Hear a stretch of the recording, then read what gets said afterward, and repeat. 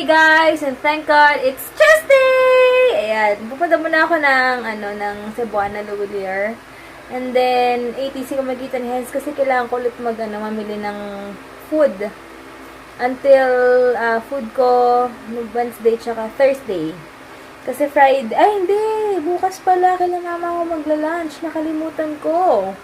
So, siguro food ko lang ng Thursday and Friday lang siguro. Thursday, mag-aayos kami ng SSS ko dahil nga, di ba, nagpo-voluntary, ako. Ang tawag dito? Ibulog ako sa SSS. Nakalimutan ko yung tawag. Alam niyo naman ang memory ko. Ayan. Voluntary contribution. Ayun, sa SSS. Magpapasa ako ng Math 1. Ayan, para makuha ko yung benefits. Sayang din naman, di ba? Para mabalik yung if ever na hindi man ganun ka full or kalahati man lang ng ibabayad namin sa hospital bills or kung ano man, mabalik naman kasi sayang din naman, 'di ba? Malaking tulong 'yon. Kaya yan lang. Tapos hindi ko alam kung Thursday or Friday kayo pupunta, hindi ko sure. Ayun lang. Tapos ano na magagawin ko? Pupunta muna ako sa Cebuana. And then yung na-science pa uwi na, buti maaga-aga siya. Ika lang. Grabe si Yugo. Parang maghapon siyang walang ginawa kundi maglilikot sa tiyan ko. Ngayon tulog siya. Nanahimik na siya napagod. Mamaya ulit bago dumating si Heinz, maglilikot na naman to for sure. Tsaka lalo pag andyan yung daddy niya. Pag narinig niya na yung boses, yan. Tawag dito, magsipa-sipayan. Ayan lang, and going 26 weeks na ako. Hindi ko pa sure kung makakapag-film ako. Alam mo naman. Tamad na tamad ako mag-ayos, mag-makeup na, ko, as in, tamad na tamad talaga ako. Alam yung ganong feeling, pero tatry ko pa rin talaga.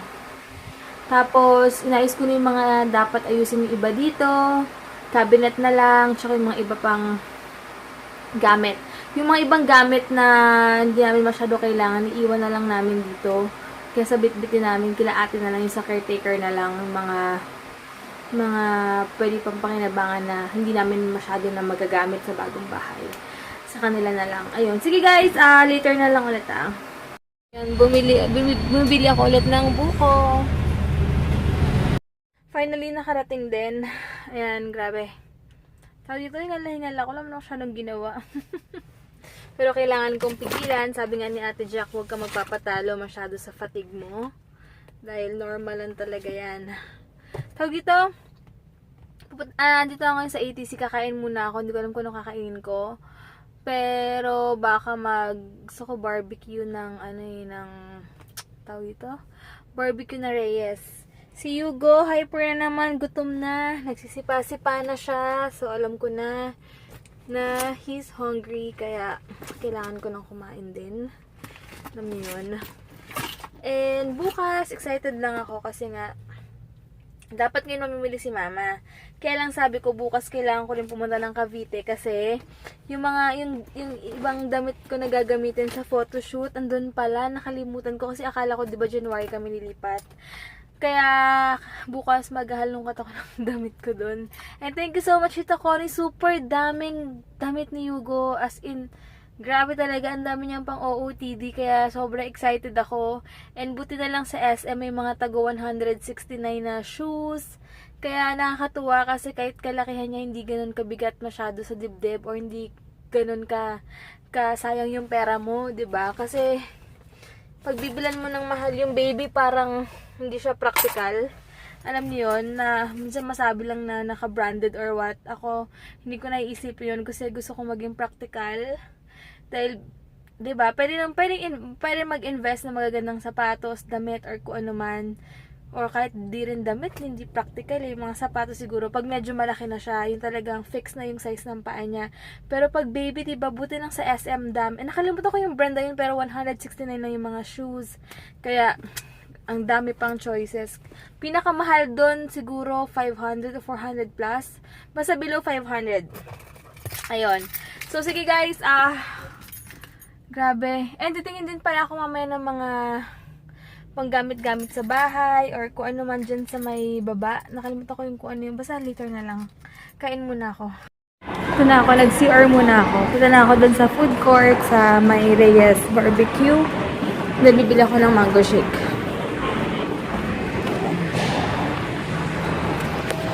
So, in-order ko pork barbecue, tsaka mango shake. Hey guys, ayan. Ito si Heinzer, maaga-aga siya What's up, today. everyone? Ay, punta muna. Second day of my catering. And, grabe, super light. Hindi siya talaga, hindi siya nag-cheat 2 days na. No? Yeah. Kung ano lang yung food na sa Delish Diet, yun yung pinakain. Punta muna kami dun sa may bilyan ng mga gamit sa bahay-bahay lang. Kala ko ba, hindi ko talaga pa meron pag-uwian yun. Ay, saan ba tayo? Wait lang ah. Grocery. Ang gamit yung bit-bit. Doon na rin tayo bababae. Oh. Sabi yung mga carpet, 13,000, 9,000. Doon na lang kami sa Mandawi, 1,300 lang. 180 ba? Mga 1,300, 1,800 yata. Depende sa quality. Ang mahal pala. Ang mahal lang gusto mo. Tapos sa True Value. Gusto to ni Heinzo kasi modern na site. Maglalas pa ba yan? Oh, yan yung price. Maglalas pa to sir. Magkano na lang? 3,495. 3,495 eh. Baka 1 plus na lang. Gusto mo na yan? Or may bago ba silang stock? Teka, ba't Pero parang plastic. Plastic pala. Yun lang. Ha? Mukha siyang share. Pwede mo, pero pwede mo i-side table. Hindi naman siya halata. Hindi, ano din? Super cute to. Kaya lang meron na ako eh. Sa 70 off din siya. Sayang. Ganda ng mga wall na. Ay, ang ganda nito. Bagay yan sa ano natin kasi maliit lang yung space, di ba? Maga sa sala. Color. Ter- Yan yung gold. Terno kaya yan sa sofa natin. Yeah, pero di ba tayo lagi mag-stick doon, di ba? Bagay. Tsaka makikita natin yan pag nandun naka-forma na. Bagay, Kung ano kailangan sige, natin. Ito, kailangan sa condition. Oo nga, ito 350 meron sila. Ano na no? Kadalasan kasi pinakasira ng bida yung mga batang maliliit. Oo. Pumapasok sa loob ng house. Sabi ni Heinzo, lagay daw namin sa entrance ng bahay. Guys, sa bahay. Entrance pa lang. Meron ng signage. Wait lang, kaya picture lang kita. Bakit ako kay Mama? Lagot ka? Gusto mo to, kailangan mo to sa banyo na.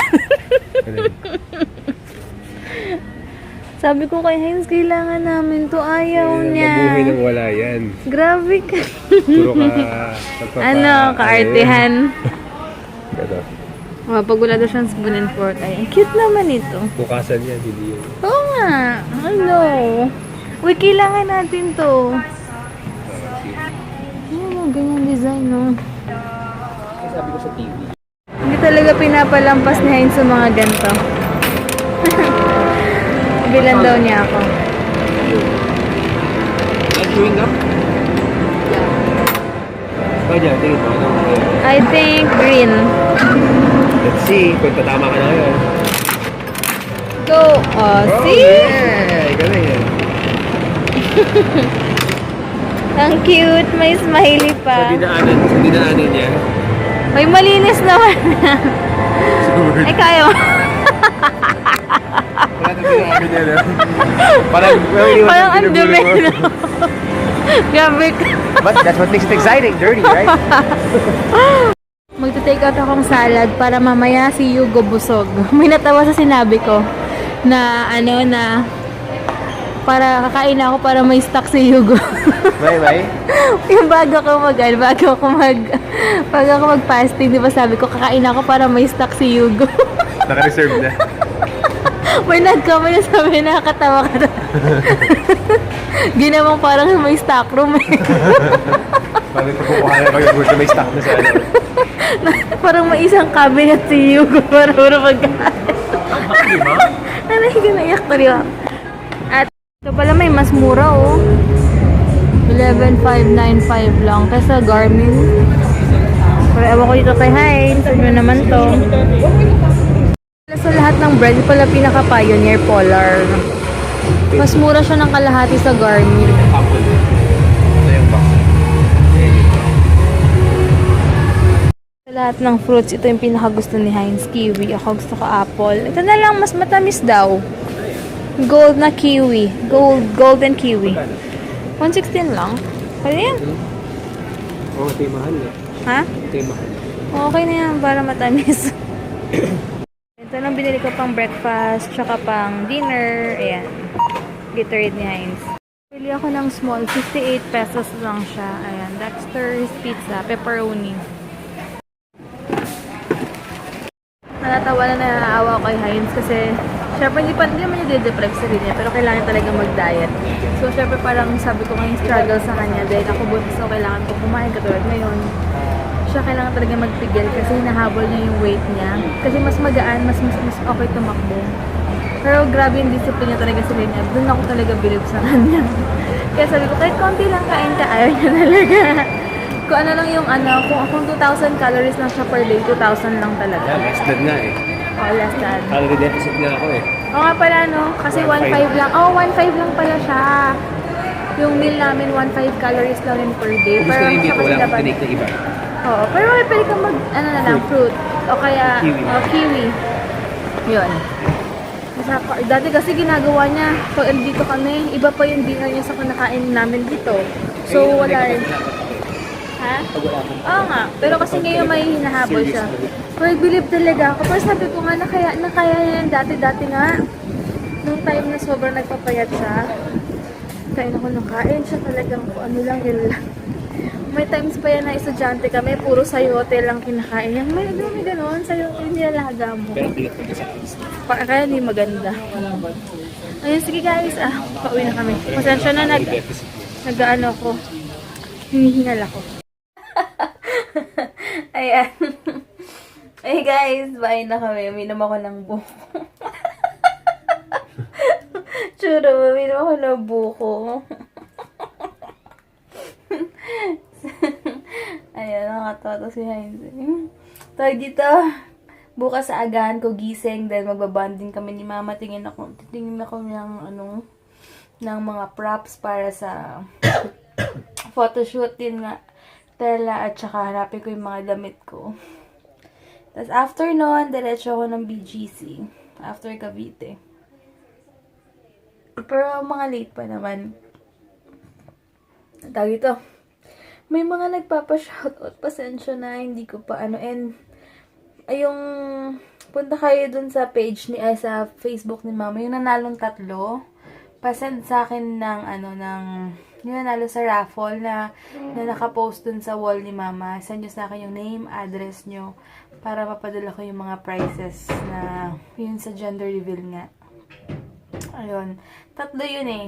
Or basta PM nyo ako or check ko kung nasa gallery ko pa. Post ko na lang dito. Ano pa ba? Yun lang. Nanood na kami ng Anong title yan, Jen? I Love to Last ba yun? Tuka ako. Tinan mo dyan Grabe, super lamig na yan. Wait lang. So, ayun. Siguro, end ko na yung vlog. Bukas na lang. Kailangan ko maagang matulog ngayon kasi bukas maaga akong magigising. Agahan ko yung gising ko para marami akong magawa. Kasi maghanap ako ng mga damit. So, ayan. Good night ka na. Hey, good Dito ko, ba't ano ayaw mo sa akin? Busy ka na naman. No phone. Ay, di ka pa nagtanggal ng shoes. Man ka nito. Ko to gagawin ko siya ng kiwi later. Tara. Paalam ka na sa kanila. Sige, paalam ka muna dito. Nakubad ako eh. So, hindi ko papakita yung mo. Bibili na ako ng collar eh. Excited. Sige na. Bye guys. Thank you so much for this day and hope you all had a blessed one. So, good night. Night. Tomorrow's a good game. Yeah. Meron ako miss. Basketball game bukas. Meron naman siyang basketball game. Tapos, may itatanong ako sa inyo, nakalimutan ko. Uy, thank you so much pala sa sa nag-PM sa akin na wag muna daw ako bumili ng maternity bra kasi baka daw lumaki pa masayang, ganyan, or kung ano man. Pads lang daw bibilin ko. Yun na lang daw muna. Tapos, ano pa ba? Alam ko, sale sa baby company ngayon, mga 50 off, 70. Pero kasi si Tades, alam ko, si Tades magbibigay ng sa akin eh. Ng crib, tsaka stroller. Pero di ko alam kung tuloy yun. Pero for sure naman, ewan ko lang. and bottles. Ewan ko, depende. So, ayun, excited na ako sa photoshoot for, this week. Excited na ako, sobra. Finally, matutuloy na magkita na kami ni Ate Mitch, tsaka magbabanding kami nila sis Abby. Si sis Abby, super galing mag-makeup nun. As in, talagang for sure ma-hide niya tong mga to.